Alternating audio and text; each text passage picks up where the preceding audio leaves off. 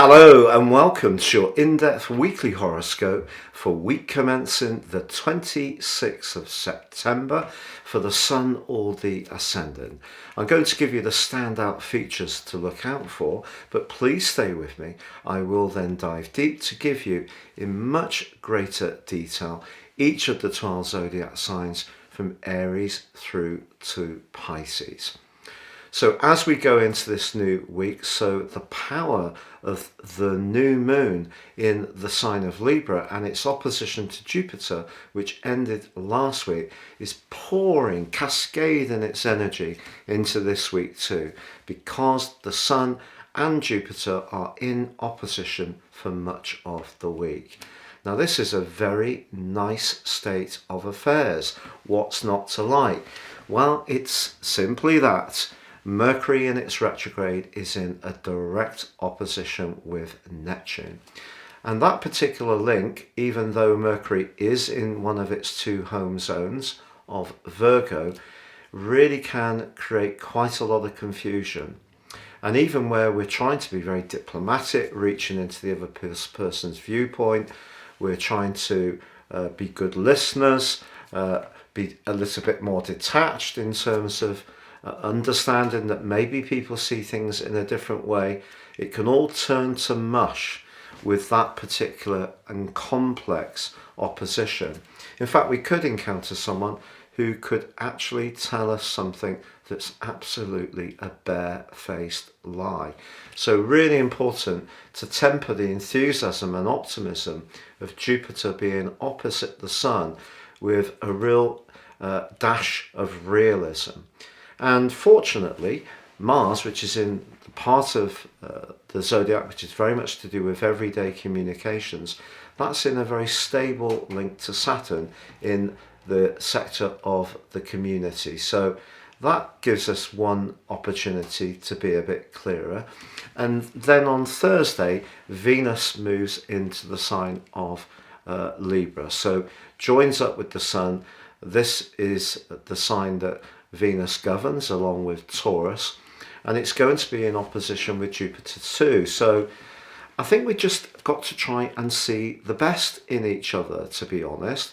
There's also a very positive link between Mars and Pluto, which can help to cut through some of the confusion and the distortion that Mercury's opposition with Neptune can create.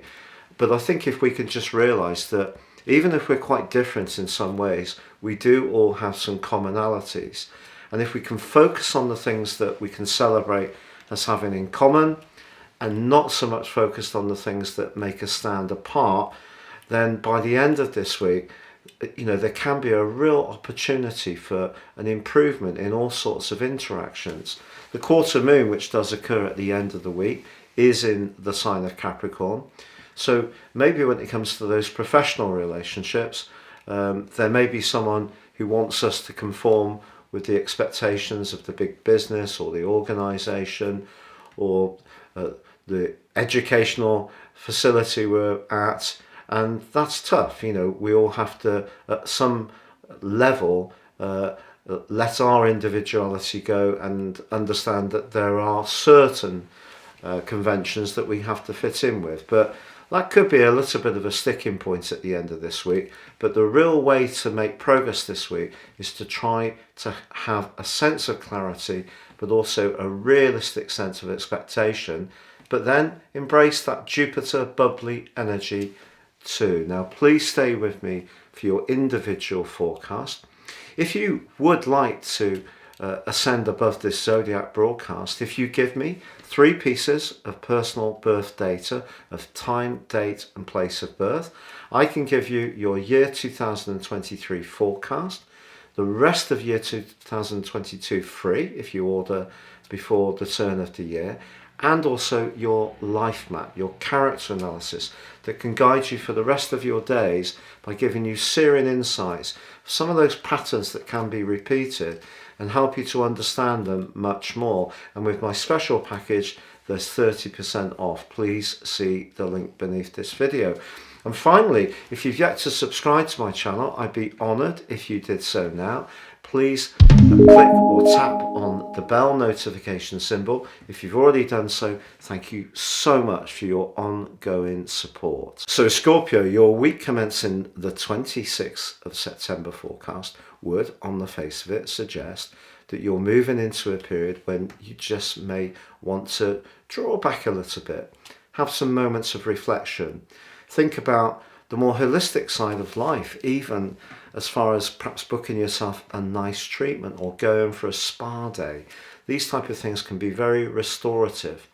But also, if you have some thinking time, especially if you're being very, very busy of late, it's something that you're going to really appreciate.